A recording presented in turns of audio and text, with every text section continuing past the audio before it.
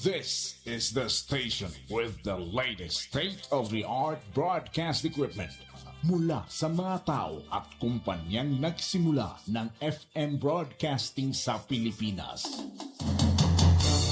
Now they are back to make broadcast history once again.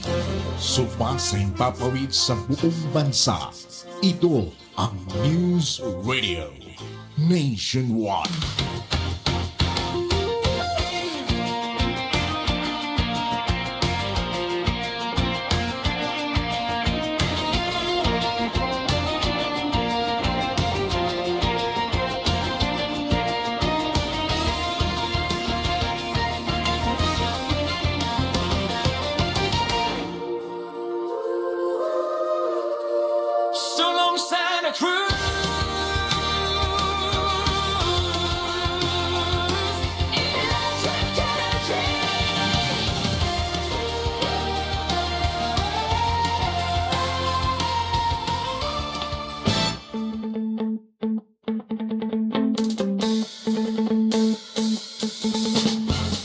Balik tamay gala diri sa atong panagbanuban, serbisyo publiko sa 96.7 Muse Radio Davao del Sur. Inigyapon na programa. Again, madunggan ninyo alauna hangtod alas 2 sa hapon, 96.7 sa inyong mga radyo sa tibuok probinsya sa Davao del Sur. Makita punta sa Kakampi Radio sa Facebook. Nagpabiling gyapon nga iskutanan may gala kaning issue sa Pasig Islet. O ganiha ako nang na-mention sa inyo ha. Kinigyod, kumbaga kung na ay angayan nga resource person may tungod sa maong issue, si Mayor Tata Sala, kuan pa lang on his starting, on his second term pa lang. No? Kini ato makauban karon, former mayor, 18 years sa lungsod sa Santa Cruz, may ni among maisgutan unsa ning Pasig, unsay history ani nga iyahang ma-share sa atoa. Makauban nato para muhatag sa iyahang mensahe pagpangumusta kanhing Mayor Attorney Joel Ray Lopez. Sir, maayong hapon. Maayong hapon, Lowell, no? Ug salamat. Thanks for having me here, no, sa Muse Radio, and then the second time. Yes, kumusta Mayor from the last time we had an interview on sa mga gikalingawan, gikabisihan sa usa ka Joel Lopez? Yeah, mao gyapon, well, no, yung ang atong gamay nga pag legal practice, then of course tabang-tabang gyapon sa atong LGU, no, as one of the mga advisors ni Mayor Tata. Mm-hmm. Mayor Joel, last time dunay balaod nun nga giduso si Congressman John Tracy Cagas may tungod sa Pasig Islet.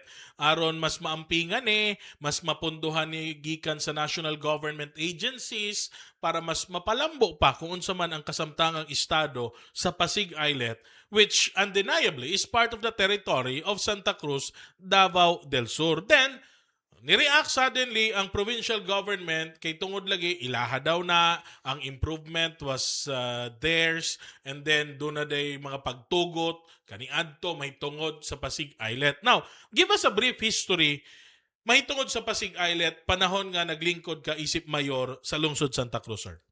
Sa akong nahinumduman, Lowell, no, ang Pasig Islet was first murag gidevelop, no, sa time ni the late Governor Roger Llanos. Nahimo ng base sa una, Lowell, sa Bantay Dagat. And then nahimuan kay nagmurag katong murag tulay nga kahoy kaniadto from the katong dito gid sa Bato. Bato paingon ngadto sa So nagtaytayan. Nagitaytayan sa una, well. Sa time pala ni Mr. Velasco sa katong head sa Bantay Dagat sa una sa province, no, under the PPAR, no, sa murag sa kuanto provincial government pudto siya nga empleyado. And then eventually after sa time ni the late Governor Roger Llanos, sa time na ni Governor Cagas, murag na apoy development nga gihimo din ha. Murag nahimo siyang tourism at murag nahimong tourist area pod, no, by bisita diha mga ligo ang mga daghang mga ligo din ha, kay gwapo man kay ang iyang dagat din ha, tinaw kaayo, daghang corals. Then mo to akong nahibaw-an, no, pero I think it's still also jurisdiction gihapon na sa atong munisipyo. Yeah, Of course, yeah. being a lawyer and former mayor, undeniably sir, tama ba kung kana propiedad, teritoryo gid na sa Santa Cruz? Yeah, that's actually, I think, dili na ma-question, Lowell, no? Because if we base it on, usa ka balaod, there's a balaod nun, Lowell, no? Republic Act 8550, Mhm. also known as the Fisheries Code, Mhm. Philippine Fisheries Code. Nag-define din unsa ang municipal waters. Mhm. Sa Section 58 din sa Fisheries Code nato, no, kanang RE 8550, nakabutang din na nga ang municipal waters is that katong body of water, no, nga gikan sa coastline sa LGU, Mhm. no, unya 15 kilometers paingon dito sa dagat. Mhm. And ang pag-measure ni ana is ug unsa tong dapita nga giabot sa dagat during low tide, diha ka magsugod og kwinta sa 15 kilometers pataas. Mhm. And this particular body of waters nga giingog municipal waters as defined in that particular law, Republic Act 8550, also included offshore island. Na dito sa Balao, datong basahon. Mhm. And ang Pasig Islet is an offshore island within that 15 kilometer radius of the municipal waters of Santa Cruz. Mhm. So I think unya og basahon po nimo ang dito gihapon sa maong balaod, no, sa maong balaod, Lowell, no, 85 Republic Act 8550. Dito sa Article 1 yan dito og nakaingon dito ang jurisdiction over municipal waters belongs to the municipal or city government. Mhm. Nakabutang dito. Now, during your incumbency, doon na mga developments nga gihimo diha pinaluyan sa mga provincial officials Yeah. nato. We cannot deny that. We are Yeah. even thankful for that, no? Yes. Salamat po ta sa inyo. Oo. But there were no surrender of that Pasig sa ilaha. Wa na to nag-surrender nga inyuhan na. It cannot be done because the law, di man nato pwede i-amin nato ang balaod. We are not, this is not, it's not legal anymore. Mhm. So, ang unsay naka-define dito sa atong balaod, Republic Act 8550, nga ang jurisdiction sa municipal waters belongs to the municipal or city government, then mo gito siya. That's the legal, that's the legal one. Mhm. The term Cannot- used by the critics or sa mga depensor sa probinsya, gipasagdahan daw ni sa mga milabayng administrasyon. I don't think gipasagdahan. It was- Limited lang yun siguro ang Yeah, resources yeah. during the time that matagaan nato siyang funds pero dili susama kadako sa gina-expect nila. It was developed by the province. We are thankful for that, but it doesn't mean that we surrender jurisdiction because that cannot be done legally. Yes. That's defined under the law. Mhm. So, dili pwede siya ma-surrender ang jurisdiction. Mhm. And even the term pinasagdahan. Ang basura diha, Mayor Lopez, ang LGU Santa Cruz ganing gapangolekta. That's now. So, actually, morag that will dispel the issue nga gipasagdahan. Mhm. Kay, naman, even I think during my time, naman po siguro gamay natabang ang LGU sa Santa Cruz anong panahon. Mhm. Now, doon na pa isa ka argumento nga ginapagawas nila karon. Kining argumento gikan ni kang Mayor Eric Agbon sa Matanao, saying that the provincial government has proprietary authority over Pasig Islet. Then Mayor, nagpahigayon ta og research, kani ding pag-ingon nga naa kay proprietary authority. Di ni basta-basta. Kinahanglan doon na kay MOA with the LGU, Santa Cruz in particular, for that matter. And then doon ay SB resolution. Taas ang documentary procedure. Panahon ni mo, Mayor, doon na ba kay gihatag ang proprietary authority sa province, sa Pasig?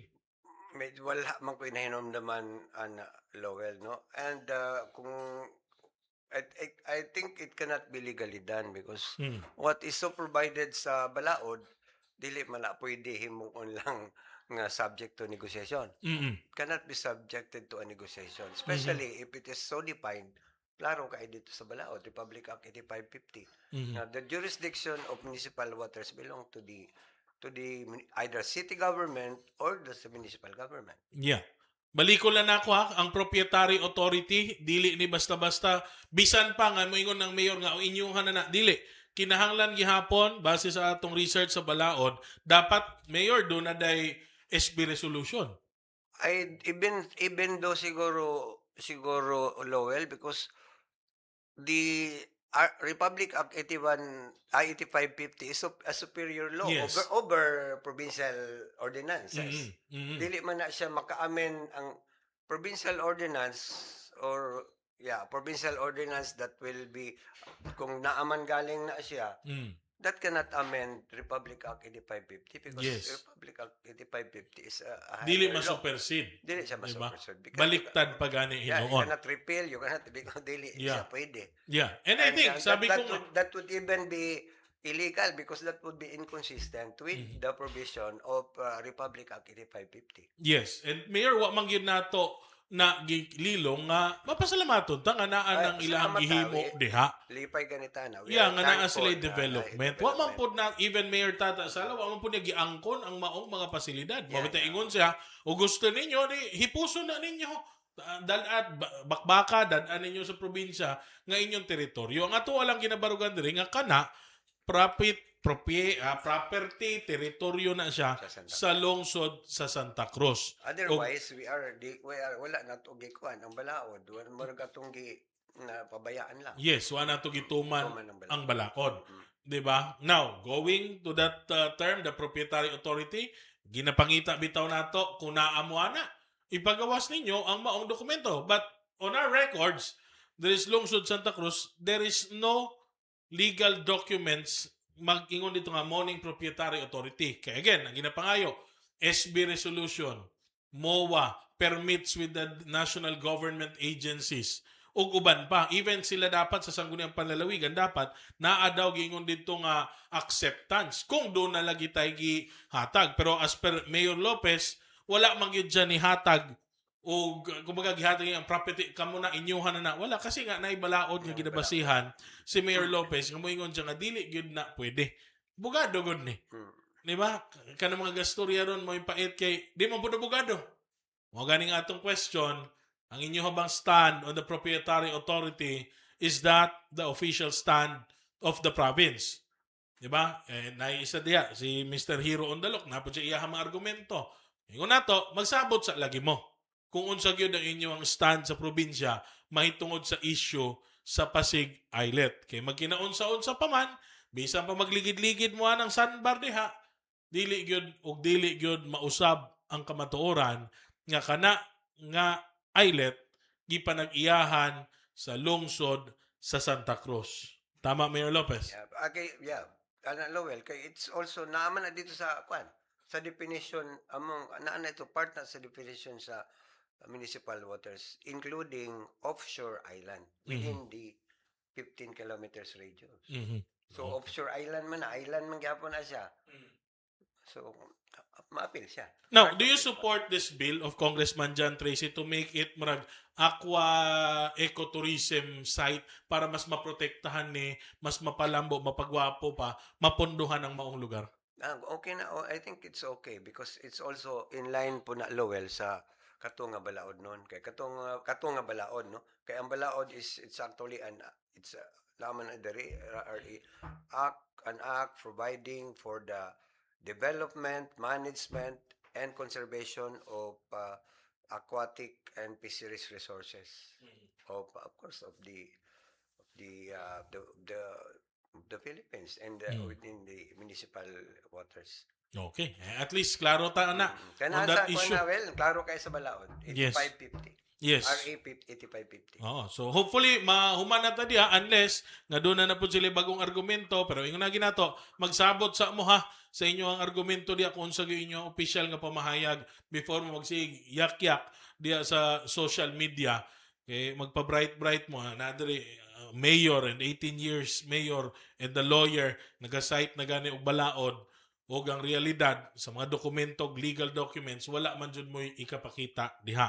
Mo rason pa sila nga doon na day auditing, state auditing rules nga ma-violate kung kuhaon sa Santa Cruz. And ibalik na po namo sa inyo ang pangutana, unsa ang inyong gigamit nga guidelines on COA for funding that island kung wala man tay legal binding document like what you've raised up, the proprietary authority. In the absence of that, you have no business pouring funds, allocating funds para ni Ana, kamo siguro ang naka-violate sa state auditing rules. Mayor Lopez, lastly, mensahe ni mo sa katawhan.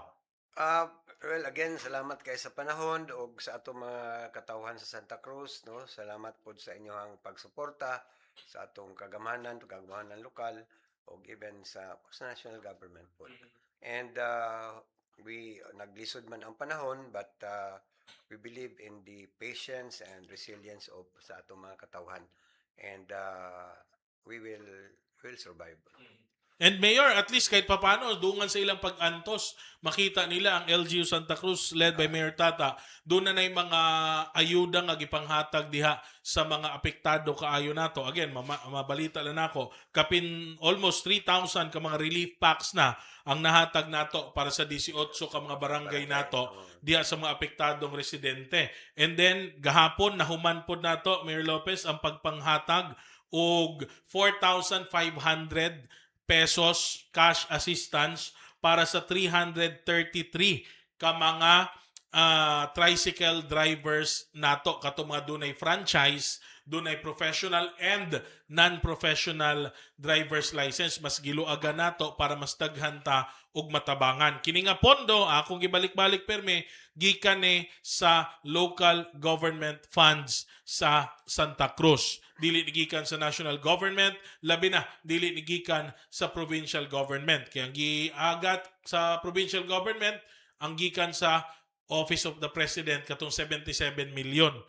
Mga bak ingon ako ug wala di ay itong kwarta gikan sa Malacañang, wala gyoy gihimong pagpangandam o lakang ang atong provincial government para motabang sa mga Davao del Sur residents na apektado sa krisis. Lastly, karong adlaw po nagsugod ang payout para sa mga fisher folks katong mga motorized bangka operators sa Astorga Gym. Nagtapok diha ang mga taga Astorga ug Coronon. Ugma petsa 5 multipurpose hall sa zone 1, 2, 3, 4 na barangay diha mo sa atong municipal hall, multipurpose hall sa government center there's lungsod nato. Tapos sa barangay Bato Gym diha pod magtapok para sa payout ang mga taga-barangay Taga-Buli o barangay Bato. Samtang sa pagkahapon pod sa June 6 diha sa Tuban Bliss Gym madawat pod sa mga mangingisda diha sa barangay Tuban ang tabang pangkuan lang kaning gasoline allowance lang nila ni Mayor Joel Lopez no mga 2,000 plus ra pod ni. So again, Mayor, makita nimo nga wa gid nagpabaya si Mayor Tata Sala paghatag ayuda sa atong mga kaigsuon. Yeah. And then it's really good to hear that and to learn about it, no, Lowell. Og Mayor Tata iyang gituman lang tong iyang nasulti og we are happy about it and keep up the good work and we are on your side. Thank you very much, Mayor Joel Lopez, 18 years mayor, abogado. Padayon gyapon gahatag og serbisyo para sa mga taga Santa Cruz. Standby, balik ta pag umans pipila ka mga painomdom.